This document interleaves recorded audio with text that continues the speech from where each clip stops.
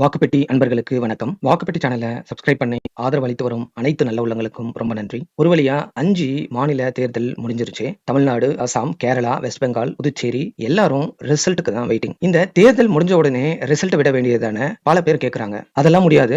ஒரு ஸ்டேட்ல ஏகப்பட்ட ஊர் இருக்கு, அதுல கிராமம்லாம் இருக்கு. எல்லா இடத்துலயும் பேலட் பாக்ஸ் எடுத்துட்டு வந்து அதை பாதுகாப்பா கவுண்ட் பண்ணி ஸ்ட்ராங் ரூம்ல வைக்கணும். அப்புறம் தபால் ஓட்டு கவுண்ட் பண்ண ஆளுங்க வரணும், இவிஎம் வெரிஃபை பண்ண ஆளு வேணும். இதெல்லாம் ரெடி பண்ணிட்டு தான் ரிசல்ட் சொல்ல முடியுங்கிறது தான் தேர்தல் ஆணையத்துடைய பதிலா இருக்கு. இதுக்கு 5 நாள் வெயிட் பண்ணி தான் ஆகணும்னு அவங்க சொல்றாங்க. அந்த 5 நாள் நம்மளால சும்மா இருக்க முடியுமா? அதனாலதான் எக்ஸிட் போல்னு ஆளுக்கு ஒரு எக்ஸிட் போல் விட்டு மக்களை குழப்பி வராங்க. இந்த எக்ஸிட் போல்ஸ் எந்த அளவுக்கு வருதுன்னு பாத்துருவோமா? முதல்ல நேத்து வந்த எக்ஸிட் போல்ஸ்ல ஏறக்குறைய 9 எக்ஸிட் போல்ஸ் டிஎம்கேக்கு ஃபேவராகவும், ஏடிஎம்கேக்கு 2 எக்ஸிட் போல்ஸும், டிவிகேக்கு 1 எக்ஸிட் போலும் ஃபேவரா ரிசல்ட் வெளியிட்டிருக்காங்க. இதுல ரொம்ப குறிப்பா சொல்லணும்னா ஆக்சிஸ் இந்தியா வெளியிட்ட டிவிகேக்கு ஃபேவரா இருக்கிற எக்ஸிட் போல் ரொம்ப பெருசு பொருளா இருக்கு. அதே மாதிரி ஓட் வைப் ஏறக்குறைய ஏடிஎம்கேக்கும் டிஎம்கேக்கும் சமமா ஒரு ஓட் ஷேர் கொடுத்திருக்காங்க. ஜேவிசி கம்ப்ளீட்டா ஏடிஎம்கேக்கு ஃபேவரா அவங்க தான் ஆட்சி அமைப்பாங்கன்னு எக்ஸிட் போல் இருக்காங்க. இதுல பாத்தீங்கன்னா ஆக்சிஸ் போல் வந்து மோஸ்ட்லி அர்பன் பேஸ்டா வந்து ஃபோக்கஸ் பண்றாங்க. ஓட் வைப் வந்து மோஸ்ட்லி ஃபீல்ட் லெவல்லையும் இறங்கி வேலை பார்க்கறாங்க, டிஜிட்டல் லெவல்லையும் இருக்காங்க. ஜேவிசி பொறுத்த வரைக்கும் இவங்க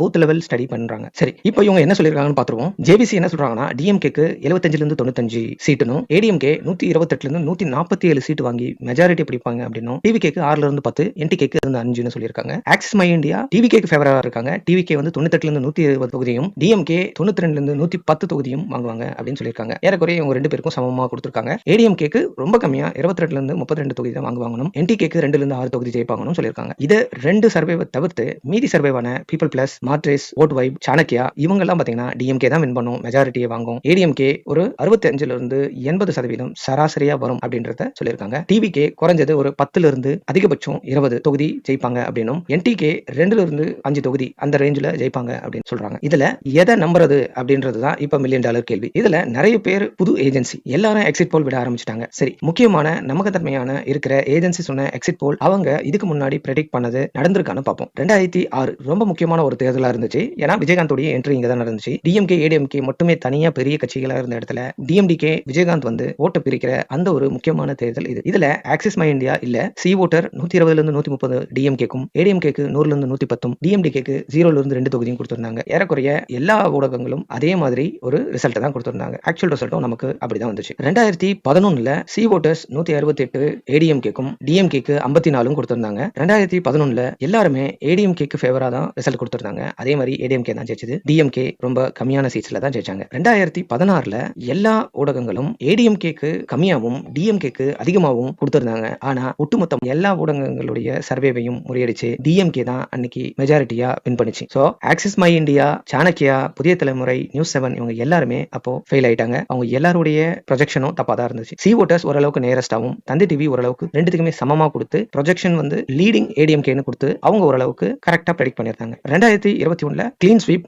டிஎம்கேன்னு எல்லாருமே சொல்லிட்டாங்க. ஏடிஎம்கேக்கு ஏன் கொடுத்திருந்தாங்க அதே மாதிரி தான் இருந்தது. இது ஒரு ஈஸியான ஒரு ப்ரெடிக்ஷனா தான் இருந்தது. 2006 2016 மாதிரி தான் இப்ப 2026 ரொம்ப கஷ்டமான ஒரு ப்ரெடிக்ஷன் கொடுக்க வேண்டிய நிலைமையில தான் இருக்கும். ஏன்னா இங்க டிஎம்கே ஏடிஎம்கேக்கு பதிலா இப்போ டிவிகேயும் வந்திருக்கு. ஒரு பெரிய பிரபலம் ஸ்டார் விஜய்ன்ற மாதிரி ஒரு பெரிய ஆக்டர் நிக்கிறதால பெரிய எதிர்பார்ப்பு அவங்களுடைய சப்போர்ட்டர்ஸ் மத்தியில இருக்கு. சோ ஆக்சிஸ் மை இந்தியா வந்து டிவிகேக்கு ஃபேவரா 120 சீட்ஸ் வாங்குவாங்க அப்படின்னும், டிஎம்கே 110 வாங்குவாங்க, ஏடிஎம்கே ரொம்ப கம்மியா 22ல இருந்து 32 வரைக்கும் தான் வாங்குவாங்கன்னு சொல்லியிருக்காங்க. அதே மாதிரி நம்ம ரிலையபிளா பார்த்துட்டு இருக்க C voters and Thanthi TV இவங்க தான் 2016 கரெக்டா ப்ரெடிக்ட் பண்ணாங்க. ஓரளவுக்காவது ப்ரெடிக்ட் பண்ண ஒரே ஆள் இவங்க தான். இப்போ இந்த ஹிஸ்டரி வச்சு பாத்தீங்கன்னா எல்லா தேர்தலையும் எல்லாரும் ஒரு மாதிரி சொல்லியிருக்காங்க. ஒருத்தரும் கன்சிஸ்டன்சியா 100% ப்ரெடிக்ட் பண்ண முடியல. இதுக்கு முக்கியமான காரணம் சாம்பிள் சைஸ், மெத்தட் ஆஃப் போல் இதெல்லாம் காரணியா இருக்கு. பல பேர் டைரக்டா போய் பார்க்காம ஆன்லைன் போலிங்கே வந்து எக்ஸிட் போலா வெளியிடுறாங்க. இன்னும் சிலர் டைரக்டா போய் ஓட்டு போட்டவங்க கிட்ட நீட்டி கேட்டா அவங்க மாத்தி சொல்லிடுறாங்க.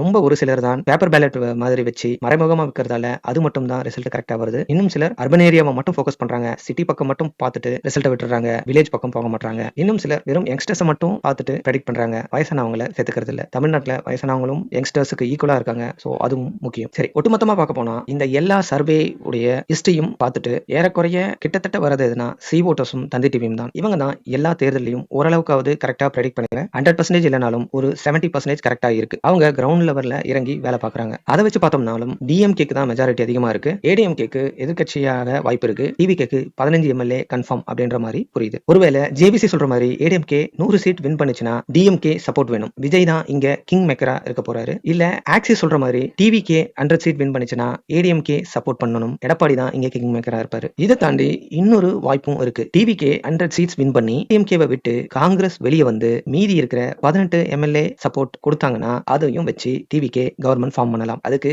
காங்கிரஸ் 18 சீட் வின் பண்ணிருக்கணும்ன்றது முக்கியம். எக்ஸிட் போல்ஸ் வச்சு இன்னைக்கு இருக்கிற நிலவரம் இதுதான். டிவிகே உடைய 100 தொகுதியில வெற்றி பெற வாய்ப்பு இருக்கிறது கொஞ்சம் மிகைப்படுத்துற மாதிரி தான் இருக்கு. அப்படி நடந்தா அது வரலாறு சாதனை தான். ஆனா இதுல ஒரு சிக்கல் இருக்கு. விஜயால மெஜாரிட்டி வாங்க முடியாது. மைனாரிட்டி கூட்டணி ஆட்சி தான் நடக்கும். காங்கிரஸோடையோ இல்ல ஏடிஎம்கே எடப்பாடியோடையோ அவரு கை கோர்த்தாகணும். எய்தர் காங்கிரஸ் இல்ல ஏடிஎம்கே வெளியிருந்து அவங்களுக்கு சப்போர்ட் பண்ணலாம். இதுல வெளியிருந்து சப்போர்ட் பண்றதுனால ஒரு பெரிய பிரச்சனை இருக்கு. டிவிகேவால முழுமையா ஆட்சியில கவனம் செலுத்த முடியாது. இதுக்கு எக்ஸாம்பிள் 2013ல டெல்லியில அரவிந்த் கெஜ்ரிவால் காங்கிரஸ் உடைய அவுட் சைட் சப்போர்ட்டை வச்சு ஆட்சி அமைச்சாரு. ஆனா 50 நாள்ல ரிசைன் பண்ணிட்டாரு. லோக்பால் பில் பாஸ் பண்ண ட்ரை பண்ணும்போது காங்கிரஸ் சப்போர்ட் பண்ணல. அதனால அவரு ரிசைன் பண்ண வேண்டிய நிலைமை வந்துருச்சு. அதனால டிவிகே ஆட்சி அமைச்சா அவுட் சைட் சப்போர்ட் இல்லாம கூட்டணி ஆட்சி அமைக்கிறது தான் அவங்களுக்கு நல்லது. அதுதான் நிலையான ஆட்சியை கொடுக்கும். சுருக்கமா சொல்லணும்னா அரசியல்ல எது வேணா நடக்கலாம். நீங்க என்ன நினைக்கிறீங்க? விஜய் சிஎம் ஆவாரா இல்ல ஸ்டாலின் எடப்பாடி ஆட்சி அமைப்பாங்களா? கமெண்ட்ஸ்ல சொல்லுங்க. வாக்குப்பெட்டி சேனலை சப்ஸ்கிரைப் பண்ணுங்க. இந்த வீடியோ பிடிச்சிருந்தா லைக் ஷேர் பண்ணுங்க. நன்றி, வணக்கம்.